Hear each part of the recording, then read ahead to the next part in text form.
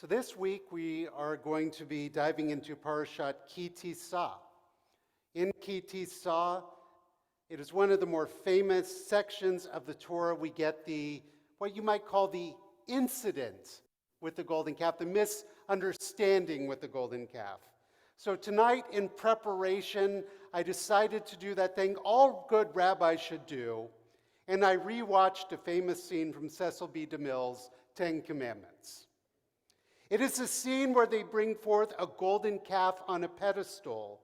The people are dancing, and you hear the words of the narrator, "And the people sinned a great sin, for they had made them a god of gold. And they brought them upon their shoulders, and they rejoiced, saying, 'This be our God, O Israel.' They were as children who had lost their faith. They were perverse and crooked and rebellious against God.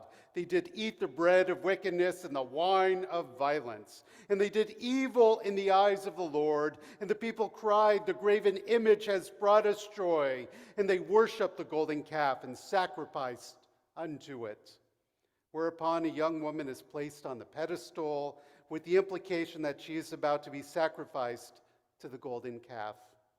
This scene is powerful and haunting and cinematic and almost nothing like what the Torah describes.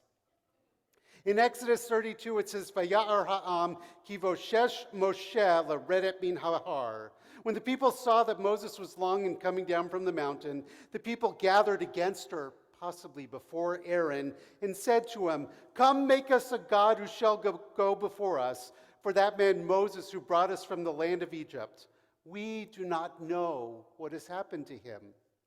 Now, we will cover the rest of the text in Torah study tomorrow, spoiler alert. But needless to say, it is still powerful, but presents a different reality than depicted by DeMille. A little while later, they declared, "This is your God," meaning the golden calf, "O Israel, who has brought you out of the land of Egypt." Now, there's a lot to unpack here. Now, first, we're not going to get into Aaron's culpability, nor are we going to spend much time thinking about this golden calf, for it was made of gold acquired from Egypt that were mostly earrings, which meant that this calf was not a 6-foot figure, but was instead much more likely a very small figurine, a much less impressive idol if you think about it. We are not going to argue how this incident was not why the Israelites had to wander another 38 years in the desert. Hint, that was because of the incident with the scouts. Nor are we going to really dive into the poetic license taken by the filmmakers to capture such an indelible image that many of us still see in our mind's eye when we think of the story of the golden calf. Instead, we can start with the impulse of the Israelites and others to create such an idol. Here they are, newly freed from Egypt. They are awaiting Moses' return from the top of Mount Sinai. They're waiting for their leader, their redeemer, to come back to them. Moses had already been on the heights of Mount Sinai, receiving any number of mitzvot, not just the Ten Commandments. And as the text states, he was delayed.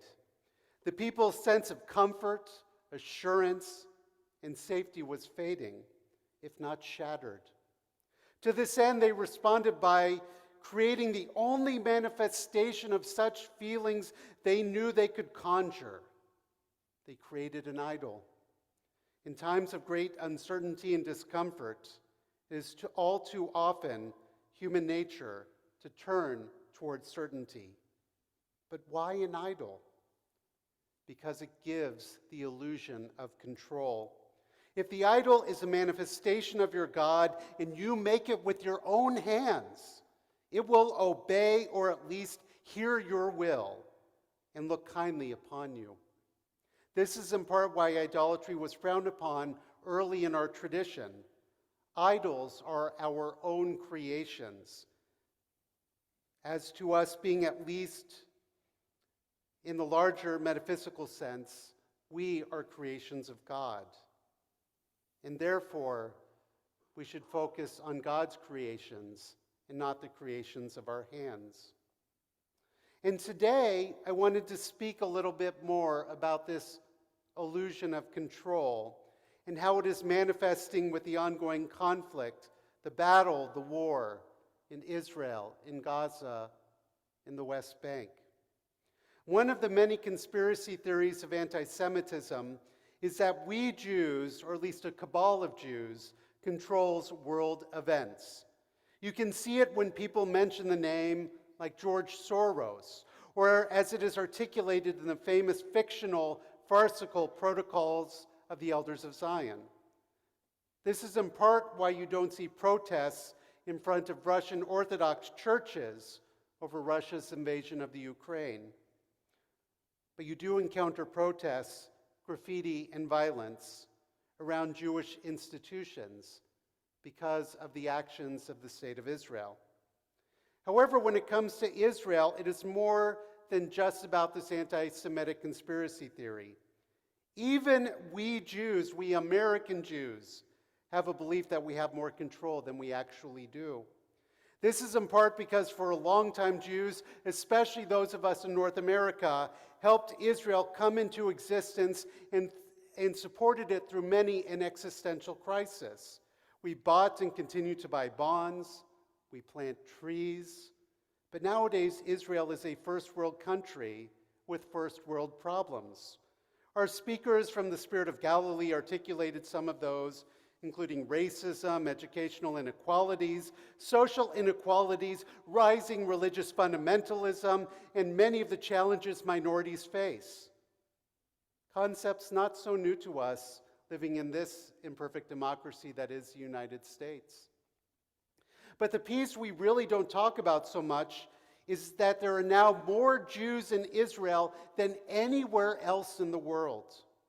To use a poor analogy, like a grown adult, Israel no longer needs us and instead is looking for a more mature relationship with us, as to woes one perhaps embodied by Shel Silverstein's The Giving Tree.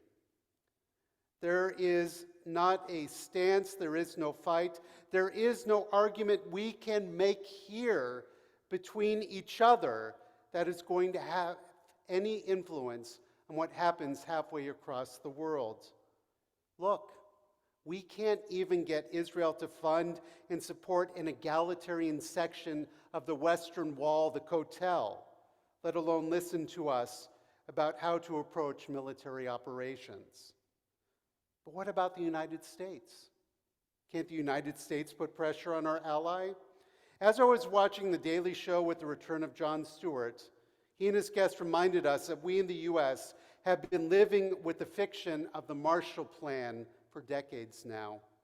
Yes, the U.S. helped to rebuild Europe and Japan after World War II, but almost every other American intervention since then, whether in Vietnam, Central or South America, Afghanistan, or Iraq, just to name a few, even with the best of intentions, has more often than not succeeded, let alone often failed. The U.S. has much less influence than both our politicians and other countries would have us believe. Why do I mention all of this? I mention it because we are still living like the Israelites under the illusion of control. And because of that illusion, we allow ourselves to get angry at others and demand answers, actions, or other responses that in fact are not really going to help anything, but may instead tear families and communities apart. This is not to say we shouldn't have opinions. This is not to say we should not care for all those who are suffering. This is not to say we should not demand a return of the hostages or call for a diplomatic end to the current violence along with the continued cycle of violence. But it's a call to realize that there is also more going on. Throughout most of history, Israel was not that important, but it was always on the way to somewhere else important. That is why it was conquered over and over again. It was only with the rise first of Christianity and later Islam, with the idea of who was in control of the land, did Israel, later renamed by the Romans Palestine, did it start to become more important in the larger world, as opposed to the people who lived there and the dreams of a small oppressed people forced out of the land. Except perhaps during the time of the Crusades, Israel-Palestine was really a forgotten part of the world. So why has it become the central focus of seemingly everyone? The answers are myriad and complex. We are not going to be able to dive into all of them tonight, but simply to say it is more than just a struggle between two peoples over who should be in possession of the land. There is so much more afoot. For example, the suffering of the Palestinians often serves the narratives of dictators in the Middle East. This enables their people suffering in other lands to be able to blame Israel and the United States for their suffering and keeps those despots in power. It plays into the hands of nations like Russia that want the U.S. distracted and focused on the Middle East as opposed to Eastern Europe. Iran wants to expand its hegemony, which is why it is such a huge sponsor of terror and terroristic regimes. Nations like Saudi Arabia are looking to fight against Iranian influence, and this is without even looking at Turkey or China or others who have a vested interest into continued instability in the region as a means of serving their own ends.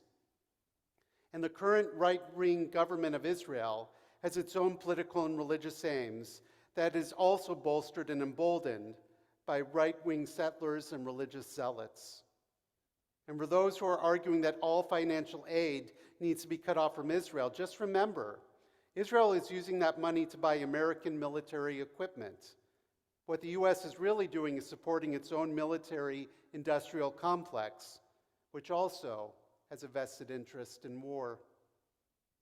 This is so much more than an Israeli-Palestinian conflict. It is not merely the imagery of David versus Goliath or Goliath versus David. It is multifaceted, it is messy, and it is ugly. Of course, lost in all of this is the continued suffering of the Palestinian people and so many Israelis. And yet, with this illusion of control, we have to be careful of not falling into the narrative that all we have to do is win the argument. All we have to do is shout down opposing viewpoints. All we have to do is prove that we are right and the other side, whatever side it is wrong. It is so comfortable and so human to create idols of certainty. And where there is certainty, hate is not far behind. For if someone disagrees with me or my perspective, then not only are they wrong, but it is not a far leap from them being evil. And this is what we cannot and should not give into. For those who were with us through one or more of the presentations last week, is that we heard a variety of opinions and experiences, some of which were hard to hear. We heard from a woman, a staunch peace activist, a self-described Palestinian Muslim with Israeli citizenship, mourned the loss of a dear Jewish friend on October 7th. We heard her words of her being called a traitor for eulogizing her friend, and we heard her call out the systemic inequalities of Israel and its often blindness to non-Jewish minorities. We heard the words of a Palestinian priest of the Greek Orthodox Church who holds Israeli citizenship talk about his struggles with the Israeli national anthem while also mourning those murdered on October 7th. And we heard from a Reform rabbi who spoke passionately about the importance of interreligious, interpersonal community and dialogue, that only by tearing down walls, by ending occupation, whether it's a one-state or two-state solution, can there ever be the hope for peace. I like to believe that everyone who shared in these words and stories had their assumptions and their beliefs challenged and found themselves willing to let go of at least a piece of their illusion of control over their own sense of certainty and surety. After the incidents of the golden calf, Moses pleaded with God to show mercy to the Israelites. His words became the model for the 13 attributes of God's merciful nature that we recite every Chag and High Holy Day season. And God heard Moses' plea. The story of the golden calf, whether the Torah's version or Cecil B. DeMille's, is powerful. And it's also a powerful reminder for us to let go of our absolute certainty and sense of rightness and be willing to hear and see the stories of others and their perspectives. It is also a powerful reminder that the concepts of mercy and justice are intertwined in our tradition. In pursuit of one, we should never forget the pursuit of the other, nor should we ever forget the humanity of all those affected. I, for one, do not know what the answers are or what the future will bring. What I do know is that I am done letting the violence and hate of a small group of people in power decide how I am going to live my life as a Jew, as a member of Temple Israel, as a member of the Tri-Faith community, and as a member of the world. I want to spend more time listening. I want to spend more time learning. I want to spend more time in dialogue. I want to spend more time advocating for an end to the violence and encouraging the pursuit of peace. I want to support organizations and visionaries who want to bring these dreams to fruition. What I do not want to do is give in to any more despair, for enough golden calves have already been constructed. May it finally be the time to let go of our idols and instead renew the search for God and our fellow human beings. Shabbat Shalom.